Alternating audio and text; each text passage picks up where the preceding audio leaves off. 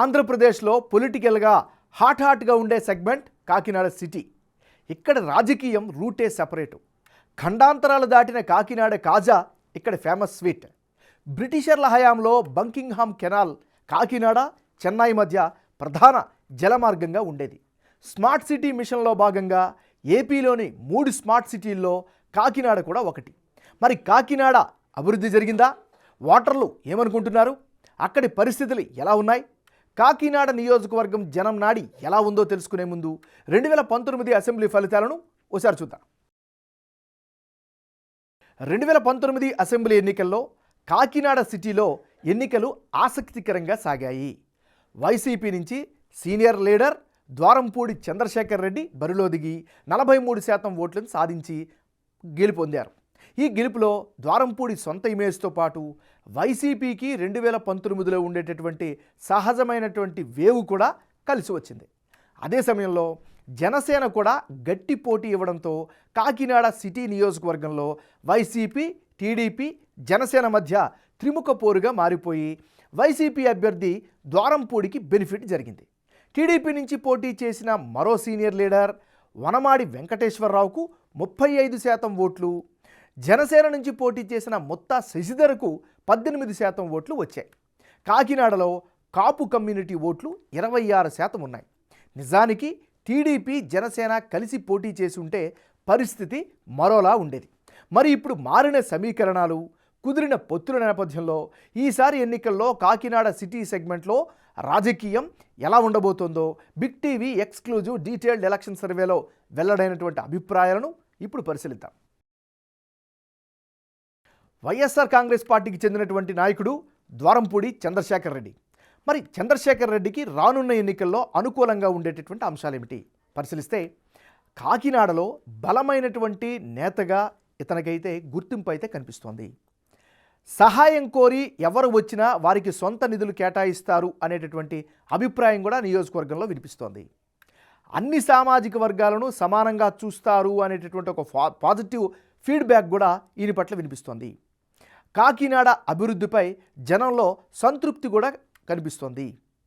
ఇక పార్టీ పరంగా చూస్తే వైసీపీ కేడర్ నుంచి ద్వారంపూడికి పూర్తి స్థాయి మద్దతు కూడా కనిపిస్తోంది. అనుచరులను మంచిగా చూసుకుంటారు అనేటటువంటి అభిప్రాయం కూడా నియోజకవర్గంలో వ్యక్తమవుతుంది. ముఖ్యంగా కాకినాడలో పార్టీ కార్యక్రమాలను పెద్ద ఎత్తున నిర్వహిస్తున్నారు. తద్వారా పార్టీ పెద్దల యొక్క సపోర్ట్ కూడా దక్కించుకుంటున్నారు. కాకినాడ సెగ్మెంట్లో సొంతంగా కంటి పరీక్షలు చేయిస్తున్నారు. ఈఎస్ఐ హాస్పిటల్ కూడా నిర్మించారు. నాడు నేడులో భాగంగా స్కూళ్లలో మౌలిక వసతులు అయితే మెరుగుపడ్డాయి. ఇవన్నీ కూడా ద్వారంపూడి చంద్రశేఖర్ రెడ్డికి ఉండేటటువంటి అనుకూలమైనటువంటి అంశాలు. ద్వారంపూడి చంద్రశేఖర్ రెడ్డికి ఉండే మైనస్ పాయింట్స్ ఏంటి పరిశీలిస్తే, కొన్ని ప్రాంతాల్లో డ్రైనేజ్ పైపులు సరిగా లేకపోవడంతో డ్రైనేజీ సమస్యలు అయితే పెద్ద ఎత్తున కనిపిస్తున్నాయి. వర్షాకాలంలో రోడ్లపైకే డ్రైనేజీ నీరు వచ్చి చాలా ఇబ్బందులను అయితే తెచ్చిపెడుతుంది. కొన్ని ప్రాంతాల్లో సీసీ రోడ్ల పరిస్థితి మరీ అధ్వానంగా కనిపిస్తోంది. ఇవన్నీ కూడా సామాన్యుల్లో నెగిటివ్ ఫ్యాక్టర్ నింపుతున్నాయి. ఇది దీనికి సంబంధించినటువంటి పాజిటివ్స్ అండ్ నెగిటివ్ అంశాలు. తెలుగుదేశం పార్టీకి చెందినటువంటి నాయకుడు వనమాడి వెంకటేశ్వరరావు. మరి వెంకటేశ్వరరావుకు రానున్న ఎన్నికల్లో అనుకూలమైనటువంటి అంశాలేంటి పరిశీలిస్తే, పార్టీ పరంగా చూస్తే సీనియర్ టీడీపీ నేతగా జనంలో మంచి గుర్తింపు సంపాదించుకున్నారు ఆయన. ముఖ్యంగా సామాన్యులు ఎవరైనా అంటే ప్రజా సమస్యల పరిష్కారంలో చొరవ చూపిస్తారు అనే అభిప్రాయం కూడా వినిపిస్తోంది. ఇక పార్టీ పరంగా చూస్తే కేడర్ నుంచి బలమైనటువంటి మద్దతు ఈయనకు దక్కుతోంది. గత ఏడాది కాలం నుంచి చాలా యాక్టివ్గా ఉన్నారు, ప్రజల్లో తిరుగుతున్నారు, పార్టీ ప్రచారాన్ని బలంగా తీసుకెళ్తున్నారు. ఇవన్నీ కూడా వనమాడి వెంకటేశ్వరరావుకు ఉండే పాజిటివ్ ఫ్యాక్టర్స్. మరి వెంకటేశ్వరరావుకు ఉండే మైనస్ పాయింట్స్ ఏంటి? ప్రధానంగా ప్రత్యర్థిని ఎంతవరకు తట్టుకుంటారు అనేటటువంటి సందేహం అయితే సర్వత్రా వినిపిస్తోంది. మరోవైపు పొత్తులో భాగంగా అంటే తెలుగుదేశం పార్టీ, జనసేన ఈసారి పొత్తులో వెళ్తున్నాయి కాబట్టి పొత్తులో భాగంగా టిక్కెట్ ఎవరికి వస్తుందో తెలియనటువంటి పరిస్థితి ఉంది. ఇది ఈయనకి సంబంధించినటువంటి ప్లస్లు మైనస్లు. జనసేన పార్టీకి చెందినటువంటి నాయకుడు ముత్తా శశిధర్. మరి ముత్తా శశిధర్కి రానున్న ఎన్నికల్లో కలిసి వచ్చేటటువంటి అంశాలు ఏమిటి పరిశీలిస్తే, పబ్లిక్లో శశిధర్కి అయితే మంచి ఇమేజే కనిపిస్తోంది. ప్రజల సమస్యలు వింటారు శ్రద్ధగా అనేటువంటి అభిప్రాయం కూడా వ్యక్తమవుతోంది. ప్రభుత్వ విధానాలపై అలుపెరిగిన పోరాటం చేస్తున్నారు, ప్రజల పక్షం వహిస్తున్నారు. రీసెంట్గా అంగన్వాడీలు చేసినటువంటి నిరసనలో కూడా పాల్గొన్నారు, వాళ్ళకి మద్దతు తెలిపారు. ఇక కాకినాడ యూత్లో శశిధర్కి అయితే మంచి ఫాలోయింగ్ కూడా కనిపిస్తుంది. ఇక పార్టీ పరంగా చూస్తే జనసేన కేడర్ నుంచి బలమైనటువంటి మద్దతును కూడా ఈయన సంపాదించుకున్నటువంటి పరిస్థితి. ఇది ముత్తా శశిధర్కి ఉండే అనుకూలమైనటువంటి అంశాలు. మరి ముత్తా శశిధర్కి ఉండే మైనస్ పాయింట్స్ ఏంటి? పొత్తులో భాగంగా టికెట్ వస్తుందా రాదా?